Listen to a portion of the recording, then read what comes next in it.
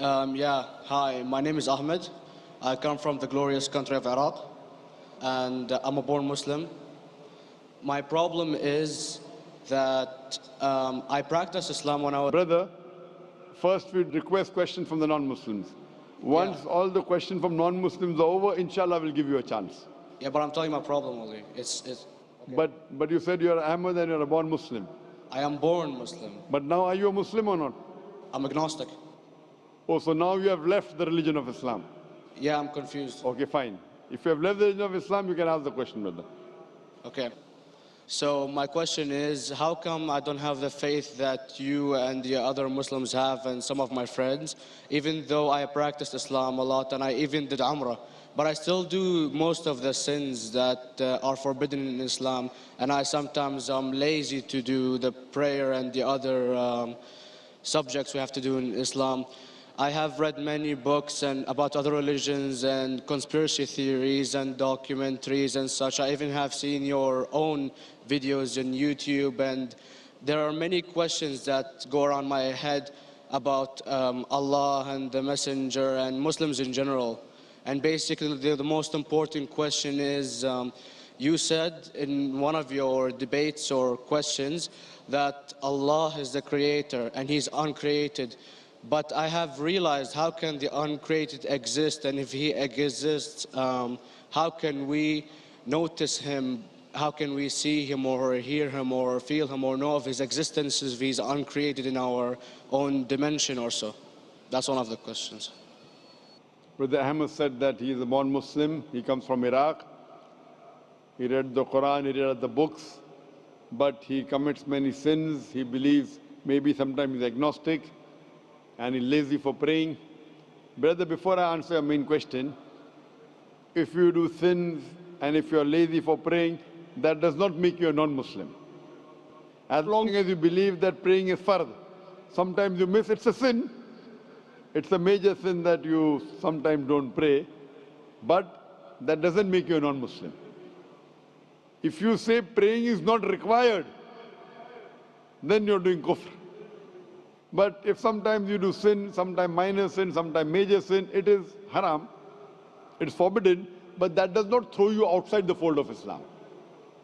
There are sometimes waswasa of the shaitan asking you, you're a Muslim, but this is wrong in Islam, this is wrong. And it does deviate the person's mind. At that time, maybe your iman may be low. But these things should not make you consider that you're non-Muslim. Regarding a question that I mentioned in my speech, and you're right, that Almighty God is the creator, but He Himself is uncreated. You ask the question, how can the uncreated, how can we see the uncreated, and how it's possible? Allah subhanahu wa ta'ala is Khaliq, is the creator. And by definition, He's uncreated. Because normally people say that when they try and prove in logic that everything has a creator, who created this table, the carpenter, from where he got, from the tree, who created the tree, so it goes back to Allah. So when many of the people try to convince an atheist, they try and say that everything has a creator, and then they get trapped when the atheist asks him who created Allah.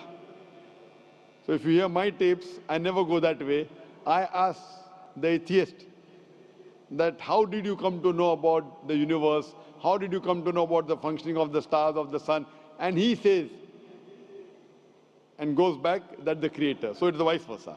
So if you know how to deal with logic, you don't trip over this problem with the atheist trap, the Muslims or the believers, by saying who created Allah. By definition, Allah is uncreated. And if you ask the question, who created Allah? If you have heard my tapes, I give the reply, that suppose a person comes and says that my brother John. Yeah, I know, I saw that, I heard that's funny, but I mean, how does he exist if he's uncreated? Not that is Allah. Uncreated. Yeah. That's the difference between you and Allah. How does he exist? Means he was existing. He doesn't have a beginning. You and I have a beginning, that's human being. So that's the difference between us and Allah. You can't say that Allah has to be like us.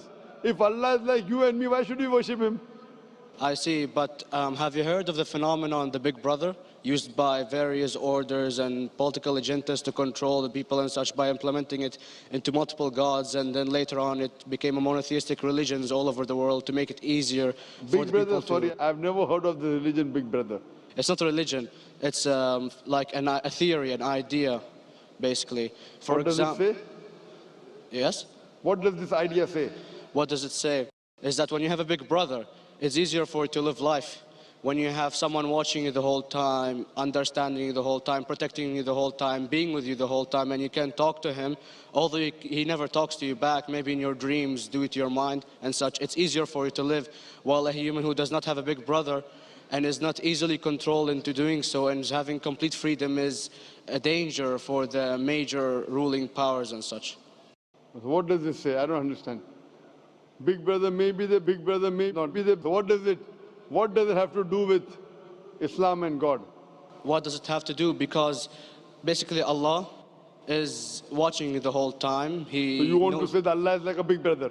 Indeed, you use him for your protection so you won't be scared. You know what I mean? See, this is the hypothesis. Hypothesis. If you have heard, how do I convince an atheist? If you have heard my answer, that you said that you're agnostic, you're atheist. Yeah. So first thing I do to an atheist is I congratulate him. What? I congratulate him. Have you heard my answer of atheist? Yeah, you congratulate them and stuff. But I haven't seen your debates with the atheist. I just saw your answers on some questions. Fine, so you haven't seen the answer of atheist?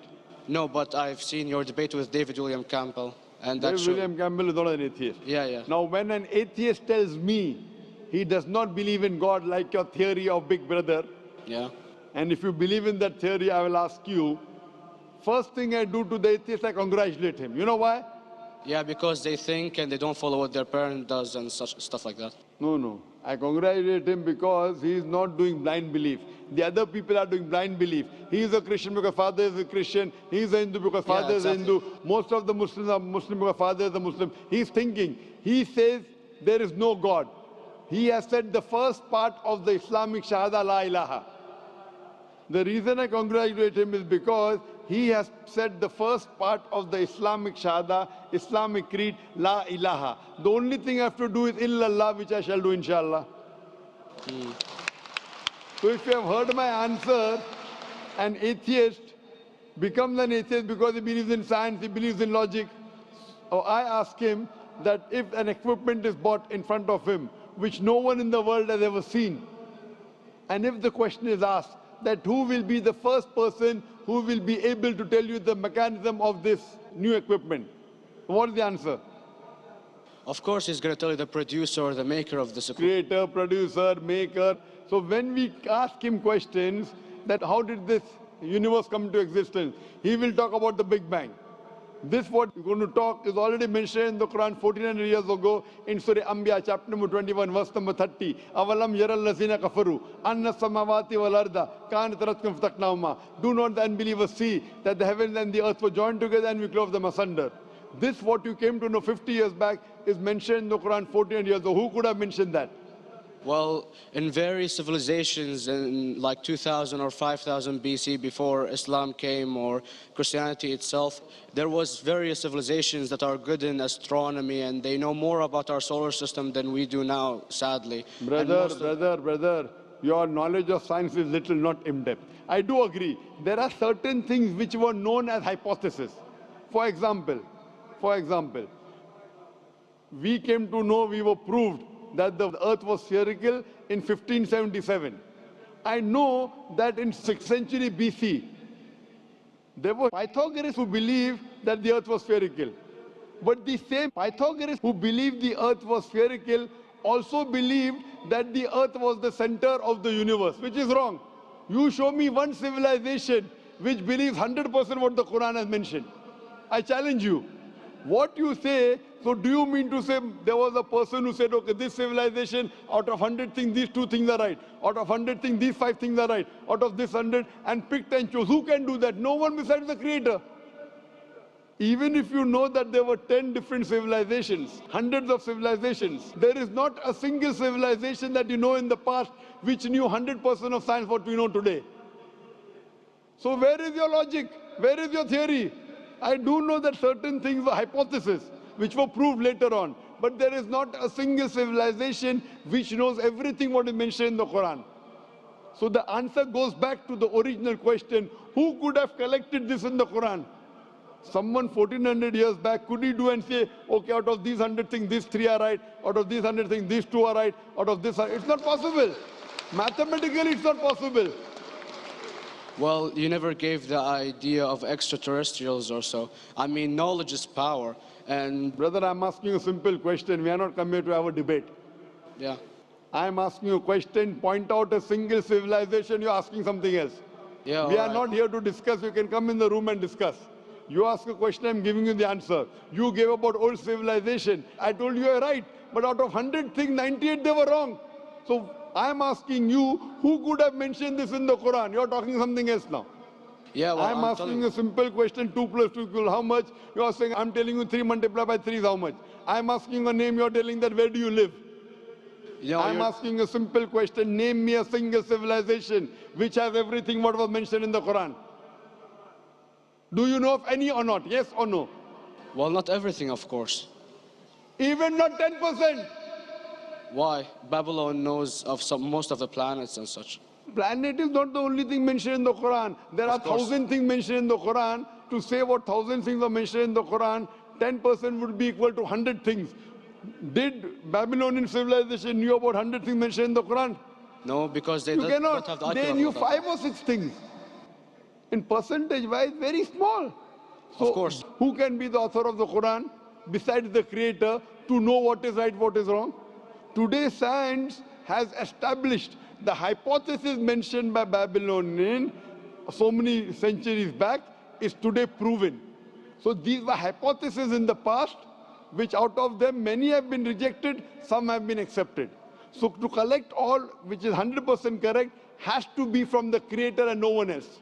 Hope that answers the question.